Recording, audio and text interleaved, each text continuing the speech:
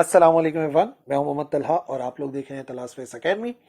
First year chemistry के MCQs की तैयारी जारी है और आज उसी सिलसिले में सॉल्व करने वाले हैं और लॉजिक समझने वाले हैं 2018 में आए हुए एमसीक्यूज को सॉल्व करके।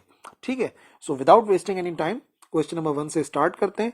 क्वेश्चन नंबर 1 का part 1, this is not an extensive property. दो किस्म की प्रॉपर्टीज पाई जाती हैं मैक्रोस्कोपिक, एक होती है इंटेंसिव, दूसरी होती है एक्सटेंसिव। इंटेंसिव प्रॉपर्टीज वो होती हैं जो मास पे डिपेंड नहीं करती। ठीक है, मास बढ़ा दो कम कर दो कोई फर्क नहीं पड़ता।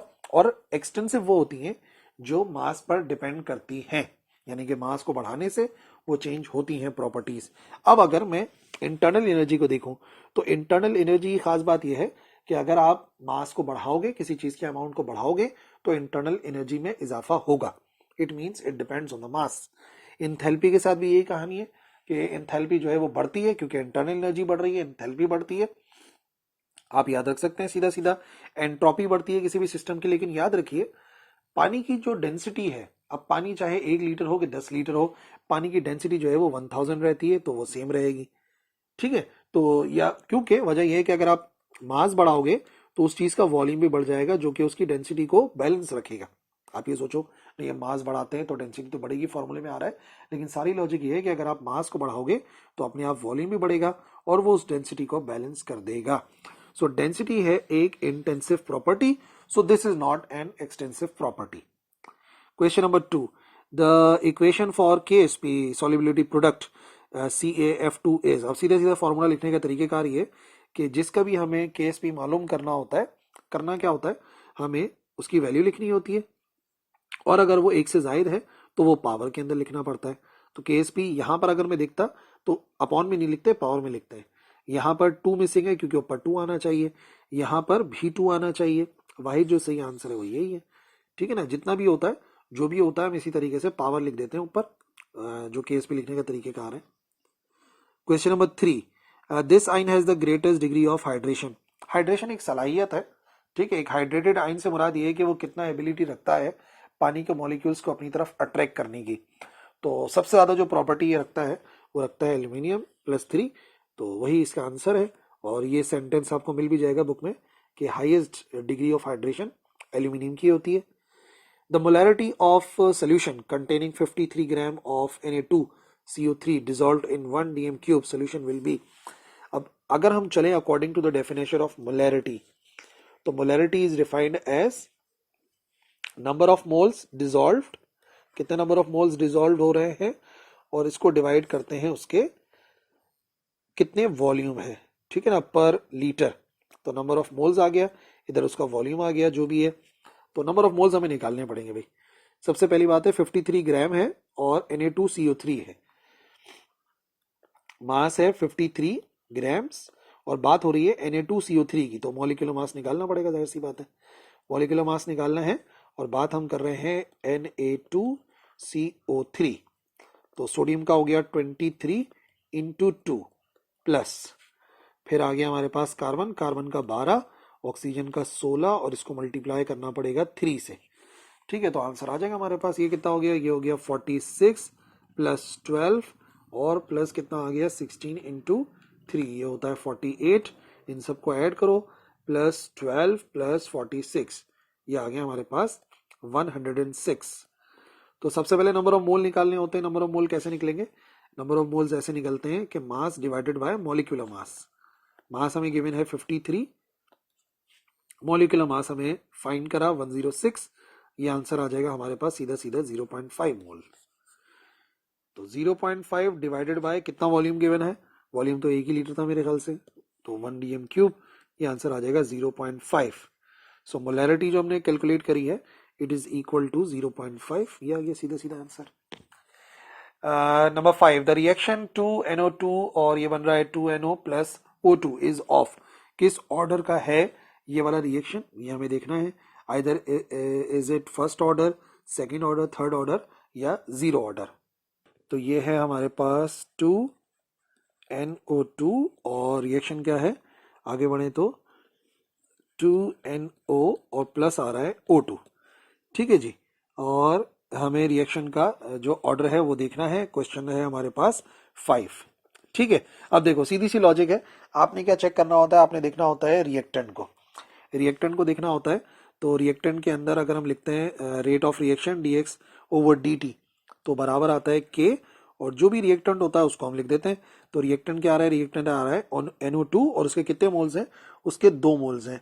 तो अगर 2 मोल्स हैं तो यहाँ पर हम क्या लिख देते हैं, यहाँ पर हम लिख देते हैं स्क्वायर, और ये स्क्वायर डिसाइड करता है कि ये जो है वो कौन सा रिएक्शन है, ठीक है ना, कौन सा रिएक्शन है वो हमें पता लग जाएगा, क्योंकि और कुछ है नहीं ना, वरना हम पावर्स को ऐड कर देते। फिलहाल ये 2 ही आ रहा है, तो इसका मतलब ये कौन से ऑर्डर से ताल्लुक रखता है, ये सेकेंड ऑर्डर से ताल्लुक रखता है, ठीक है ना। थोड़ा सा और लॉजिक दे दूं ताकि क्लियर हो जाए।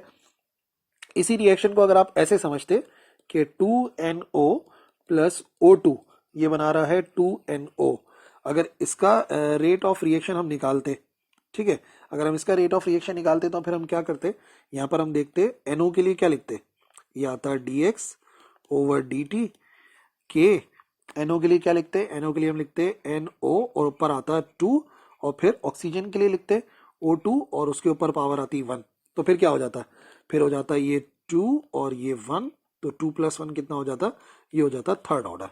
बहरहाल अभी जो गिवन था वो सेकेंड ऑर्डर रिएक्शन था, तो हम सेलेक्ट कर लेंगे सेकेंड ऑर्डर को, this one. Question number 6, the volume of 3.01 10 raised to the power 23 molecules of N2 gas at STP will be। ठीक है, तो सबसे पहली बात यह है कि अगर इसको मुझे सिंप्लीफाई करना है तो जो नंबर ऑफ मॉलिक्यूल्स है उसको डिवाइड कराएंगे हम। ये है हमारे पास क्वेश्चन नंबर 6। सबसे पहली बात, अगर मैं नंबर ऑफ मोल्स कैलकुलेट करना चाह रहा हूं तो मैं क्या करूंगा, जो नंबर ऑफ पार्टिकल्स हैं जिसको हम कैपिटल N से शो करते हैं उसको हम डिवाइड कराएंगे एवोगाड्रोस कांस्टेंट से। It means 3.01 10 raise to the power 23 divide by 6.02 10 raise to the power 23, इसका आंसर आएगा 0.5, यानी कि नंबर ऑफ मोल्स हमारे पास 0.5 आ गए। अब याद रखिए एक मोल ऑक्यूपाई करता है 22.4 डीएम क्यूब, ठीक है, ये बात तो याद रखनी है। तो 0.5 मोल कितना ऑक्यूपाई करेगा, तो इधर भी 0.5 मल्टीप्लाई हो गया, इधर भी 0.5 मल्टीप्लाई हो जाएगा, तो 0.5 इंटू 22.4 it will be equal to 11.2 dm cube. तो लॉजिक है यही, और ये आ गया 11.2 dm cube. The characteristic of 10 raise to the power 3, तो जो भी 10 की पावर होती है वो कैरेक्टरिस्टिक होती है, पावर इज द कैरेक्टरिस्टिक, तो यहाँ इसकी कैरेक्टरिस्टिक 3 होगी, सीधी सी लॉजिक है। क्वेश्चन नंबर 8, ए बराबर है बी के बट सी के बराबर नहीं है, सी एक साइड की लेंथ अलग है और तीनों की तीनों जो एंगल है वो 90 डिग्री के बराबर है, यानी कि शेप कुछ ऐसी बनेगी। क्वेश्चन नंबर 7 ही क्या मैंने, अच्छा 7 डायरेक्ट बता दिया था। 8, ये वाली साइड बराबर है, लेकिन एक साइड जो है इसकी लेंथ का फर्क है, और इस तरीके से अगर बन के हमारे सामने आता है और सारे के सारे जो एंगल्स हैं वो यहाँ पे 90 डिग्री कर आ रहे हैं, तो ये शेप कहलाती है tetragonal. This shape is known as tetragonal. और अगर सी के भी बराबर होता तो वो क्यूबिक हो सकता था। Question number 9, the rate of diffusion of carbon dioxide is equal to that of, किसके इक्वल है, तो रेट ऑफ रिएक्शन जो है, rate of diffusion sorry, depend करता है मॉलिक्यूलर मास पे। क्वेश्चन नंबर 9 की तरफ अगर हम आए तो डिपेंड करता है मॉलिक्यूलर मास पे। कार्बन डाइऑक्साइड का मॉलिक्यूलर मास निकालो, ठीक है, मॉलिक्यूलर मास कार्बन डाइऑक्साइड का निकालेंगे, ये आ गया कार्बन डाइऑक्साइड, कार्बन का 12, ऑक्सीजन का 16 16 32, ये हो गया 44। अब जिसका भी मॉलिक्यूलर मास इतना है तो रेट ऑफ डिफ्यूजन भी सेम रहेगा।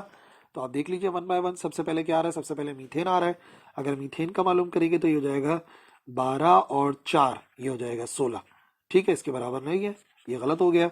दूसरे पर आ जाओ, दूसरे में है कार्बन मोनोऑक्साइड, ये तो हो ही नहीं सकता, देखते ही पता लग रहा है। 12 + 16, 12 + 16 कितना हो गया, ये हो गया हमारे पास 28, ठीक है, तो ये भी बराबर नहीं आ रहा। इसी तरीके से आ जाओ तीसरे पर, तीसरे पे लिखा हुआ है C3H8, C3H8, C3 का मतलब हो गया 3 × 12 और प्लस कर देंगे 8, 3 × 12 कितना होता है, 12 × 3 36 होता है, और 36 + 8, 36 + 8 बराबर होता है 44 के। तो जिनका मॉलिक्यूलर मास इक्वल है उनका रेट ऑफ डिफ्यूजन भी इक्वल होगा, दैट्स वाई राइट आंसर होगा C3H8। और आप सल्फर डाइऑक्साइड का भी चेक कर सकते हो। Question number 10, the SI unit of viscosity, viscosity का यूनिट, वैसे तो आप याद रखिए विस्कोसिटी को पॉइज में सेंटी पॉइज में मेजर किया जाता है, बट जो उसका SI यूनिट है वो यही होता है, न्यूटन सेकेंड पर मीटर स्क्वायर। ठीक है जी, ऐसा ही पूछेंगे तो यही वाला बताना है। The maximum number of electrons in a particular energy level is, किसी भी एनर्जी लेवल के अंदर मैक्सिमम नंबर ऑफ इलेक्ट्रॉन्स कितने होते हैं, तो फॉर्मूला है 2n²। अगर इसको अप्लाई करते हैं 11 2n², तो इसका मतलब अगर हम बात करेंगे n इज इक्वल टू 1, तो नंबर ऑफ इलेक्ट्रॉन्स कितने हो जाएंगे 2, और ये आ गया 1 का स्क्वायर, तो 2 होते हैं। सही बात है, के शेल के अंदर 2 इलेक्ट्रॉन्स होते हैं। एल में आ जाओ, 2 पुट करेंगे 2, और ये हो गया 2 का स्क्वायर, 2 का स्क्वायर 4, 2 जार 8। सही बात है, 8 इलेक्ट्रॉन होते हैं। एम में आ जाओ, एम का मतलब हो गया 3, और फिर ये आ गया 2, और इधर आ जाएगा 3 का स्क्वायर, 3 का स्क्वायर हो गया 9, और 9 2 जार 18 होते हैं। इसी तरीके से आप लॉजिक समझ जाओगे, तो right answer, right formula 2n² होता है। Question number 12, the energy of each quantum of radiation is directly proportional to its. अगर आप फॉर्मूला याद करें, E बराबर होता है h न्यू के। तो जो एनर्जी है वो डायरेक्टली किस पे डिपेंड करती है, एनर्जी डायरेक्टली डिपेंड करती है न्यू पे। और व्हाट इज न्यू, न्यू किसे शो करता है, न्यू इज द फ्रीक्वेंसी, तो it depends on the frequency. सीधी सी लॉजिक है, फ्रीक्वेंसी ज्यादा एनर्जी ज्यादा, फ्रीक्वेंसी कम एनर्जी कम, हर एक क्वांटा की ना, दैट्स व्हाई फ्रीक्वेंसी आना चाहिए।